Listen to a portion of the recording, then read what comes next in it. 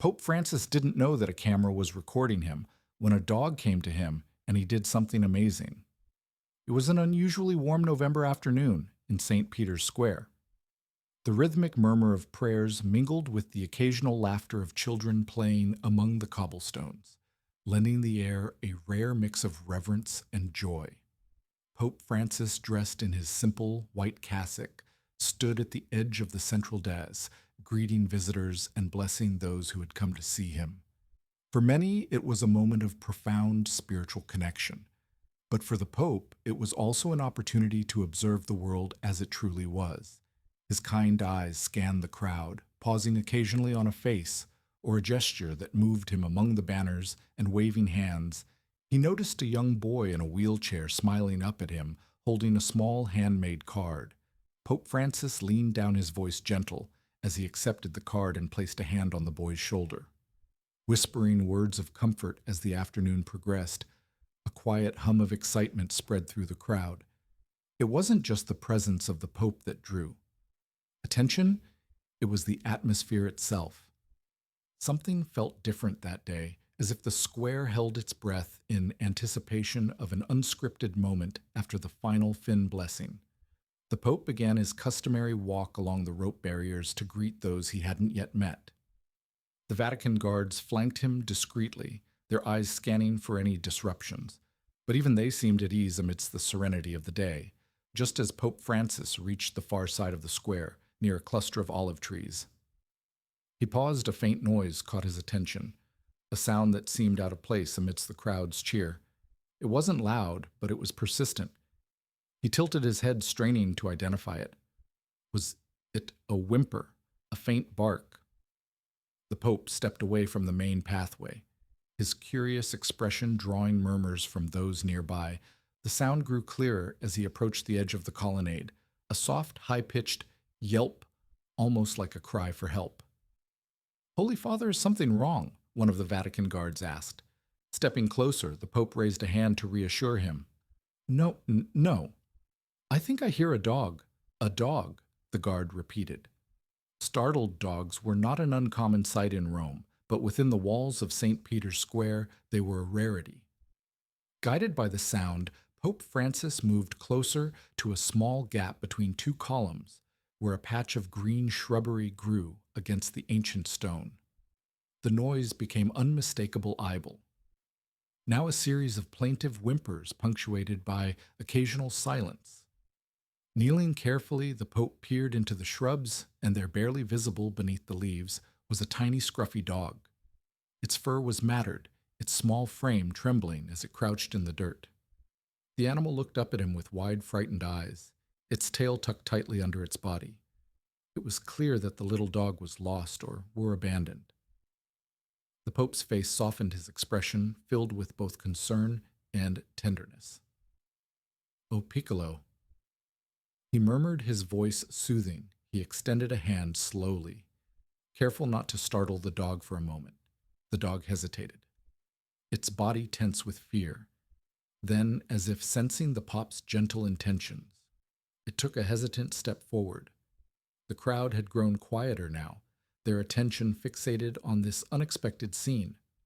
Some pulled out their phones to capture the moment, while others whispered among themselves, marveling at the Pope's compassion.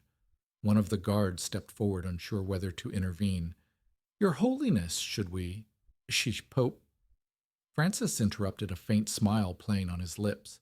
"Let him come." The dog inched closer, its tiny paws barely making a sound against the cobblestones. Finally, it reached the Pope's outstretched hand, sniffing cautiously before pressing its damp nose against his palm. "There you are," the Pope said softly, stroking the dog's scruffy head. "What happened to you, my little friend? You look like you've had a hard journey." The dog let out a small whine, as if answering his question. Its tail began to wag faintly, a tentative sign of trust. The Pope chuckled, a warm and hearty sound that seemed to dissolve the tension in the air. Without hesitation, he gently scooped the dog into his arms. It was light, far too light. He thought the dog nuzzled into the folds of his cassock, seeking warmth and comfort. As the Pope cradled the tiny animal, he turned to his aides and the guards. We must find out where it came from. Perhaps it belongs to someone nearby. If not, we'll make sure it's cared for. But even as the moment unfolded, the Pope felt there was more to this encounter than met the eye. The dog, though now calm, in his arms, occasionally glanced toward the far end of the square, its ears perking up as if drawn to something unseen. But the thing is that Pope Francis had no idea that a camera was recording him when the dog did something unexpected. Later that afternoon, after the unexpected discovery of the tiny dog, Pope Francis prepared to address a smaller group gathered near the Basilica steps. Piccolo had been cleaned and given a small dish of water by one of the Vatican staff. Despite its ordeal, the dog seemed surprisingly energetic and had begun wagging its tail with enthusiasm, much to the delight of those nearby the Pope. However, had a duty to fulfill microphone. In one hand, he gestured warmly to the group of seminarians, clergy, and faithful gathered in the square. His voice carried a calm, measured tone as he began his reflections, speaking on themes of kindness and compassion. In life, we often encounter moments where we are called to stop and act with love, even when it is inconvenient or unexpected. He said, glancing briefly at the small dog sitting a few feet away. Piccolo, seemingly aware of the Pope's gaze, tilted its head and perked up its ears, as if it understood it was the subject of this reflection. The Pope continued, these moments remind us of the presence of God in the smallest, humblest. But before he could finish his sentence, there was a sudden burst of movement. Piccolo, as if inspired by the words, darted forward toward the Pope. The little dog leaped onto the low platform where the Pope stood, drawing gasps and laughter from the crowd. The Pope chuckled, lowering his microphone. "Ah, a Piccolo! It seems you have something to say as well." But Piccolo wasn't stopping there. The dog went straight for the Pope's cassock, tugging gently at the hem with its teeth. It barked once. A sharp, urgent sound that echoed across the square. The laughter from the crowd grew louder, and some began snapping pictures, eager to capture this unscripted moment. Wait, friend." The Pope said, his voice filled with humor. He crouched down, placing the microphone on the podium so he could hold out his hands. "What are you trying to tell me?" "Little one?" Piccolo barked again, then paused, looking up at the Pope with wide, expressive eyes. Its tail wagged furiously, but there was an undeniable determination in its saint, as if unsatisfied with the Pope's response. The dog jumped up, placing its tiny paws on the Pope's knee, and began whining softly. The Pope, now fully intrigued, leaned in closer. "Is something wrong?" he asked, his voice lowering as if addressing a child.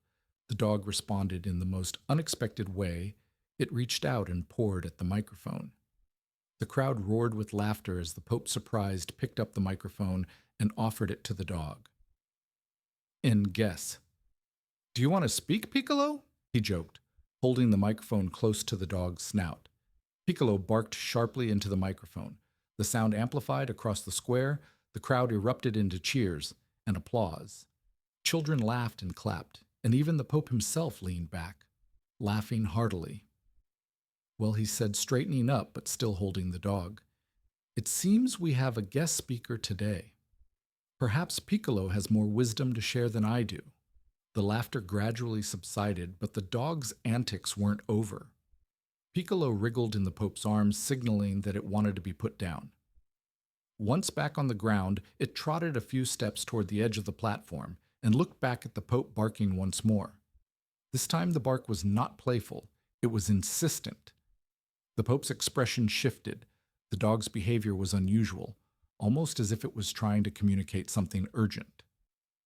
Piccolo ran a few more steps, stopped, and turned back again, barking repeatedly, "You want me to follow you, don't you?" Pope Francis asked, his voice soft but serious. The crowd watched in silence as the Pope descended the steps following the small dog. Piccolo led him toward the colonnade, where it had been discovered earlier that day. Its small legs moved quickly, its determination unwavering. A Vatican guard stepped forward, hesitant. "Holy Father, do you need assistance?"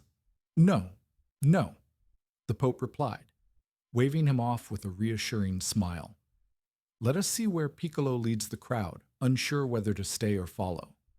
Waited in hushed anticipation as the Pope and the dog disappeared behind the columns.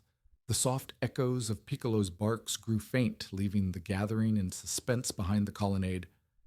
Pope Francis followed closely as Piccolo stopped near a small overgrown patch of shrubs. The dog sniffed around, frantically pawing at the ground before barking again. The Pope knelt gently, pushing aside the leaves. What he saw made his breath catch, nestled in a small hollow. Beneath the shrubs were three tiny puppies, smaller than Piccolo. Their eyes were barely open, and they shivered against the cold earth. Piccolo, the brave little dog, wagged its tail and let out a quiet whimper, nuzzling the pups, as if to say, "These are mine, help them." The Pope's heart swelled. He reached out carefully, gathering the puppies in his hands. Their small bodies trembled in his palms, but they soon stilled as if sensing the safety of his touch. "You've been leading me to them all along, haven't you?" he whispered to Piccolo, his voice filled with wonder. Piccolo barked softly, circling the Pope as if in gratitude. By the time Pope Francis returned to the square, carrying the puppies with Piccolo at his side, the crowd erupted in applause once again, but the Pope wasn't focused on the spectacle. His thoughts were on the fragile lives he now cradled, and the extraordinary and instinct of the little dog who had led him to them. At that moment, he realized that Piccolo's interruption wasn't just an amusing distraction. It was a call to action, a reminder of the sacred duty to care for all of God's creatures. No matter how small, the unexpected discovery of the puppies sent waves of emotion through the crowd in St. Peter's Square as Pope Francis emerged from the colonnade cradling the tiny shing bundles in his hands. A collective gasp rippled through the onlookers. Piccolo trotted proudly at his side, tail wagging furiously as if to announce to the world that a miracle had unfolded the Pope. His serene face, now marked by an unmistakable tenderness, raised one hand slightly to quiet the murmurs of the crowd. "My dear friends," he said into the microphone, his voice carrying a warmth that resonated deeply with those gathered. "We have been reminded today of the smallest among us, those who cannot speak, yet cry out for love, care, and protection." He knelt gently on the platform, laying the fragile puppies in a soft prepared basket brought by one of the Vatican aides. The puppies nestled together instinctively, their tiny bodies still trembling from the cold. Piccolo circled the basket protective before sitting beside it, his scruffy little face beaming with a mixture of pride and relief. The Pope reached down and stroked Piccolo's head. Affectionately, this little one he continued addressing. The crowd did not need words to show us what compassion truly means. He trusted us to listen to act, and in doing so, he has reminded us that every life, no matter how small, is precious in the eyes of God. The applause that followed was thunderous. Some in the crowd had tears streaming down their faces, moved by the simplicity and depth of the moment. Parents lifted their children onto their shoulders, pointing toward the Pope and the dogs, as if to etch the scene into their memories forever. The puppies were quickly taken to the Vatican veterinary team, who provided them with warmth, nourishment, and care. Piccolo, however, refused to leave their side. He growled softly when anyone tried to separate him from the basket. News of the event spread rapidly, capturing headlines across the globe. Photos of Pope Francis cradling the tiny puppies with Piccolo by his side flooded social media. Words like miracle faith and compassion trended worldwide as people shared the story of how the Pope had paused his duties to follow a stray dog, leading to the rescue of 3 helpless lives. Journalists and commentators praised the event as a symbol of Pope Francis's humility and his ongoing message of mercy. This wasn't just about the puppies. One commentator wrote, "It was a lesson in listening to the silent cries around us, whether they come from animals, people, or the earth itself." The story even inspired acts of kindness beyond the Vatican walls. Animal shelters across Italy reported an uptick in adoptions as families cited the Pope's actions as their motivation. Donations poured in from all over the world to organizations that cared for abandoned animals. Within the Vatican, Piccolo quickly became a beloved figure. Though the puppies were kept under close care until they were strong enough to be adopted, Piccolo became a constant companion to Pope Francis wherever the Pope went. The little dog followed his scruffy fur and wagging tail, drawing smiles from everyone who saw him. "This dog has become my teacher," the Pope joked during a sermon. A week later, Piccolo reminds me to pay attention to what truly matters, to pause and look closer when someone or something needs help. So what do you think about the miracle that happened to this dog and his puppies? Do you know any other heartwarming stories you'd like to share? If you do, we'd love to hear from you. So please leave a comment below. Thanks for watching. We will see you in the next video.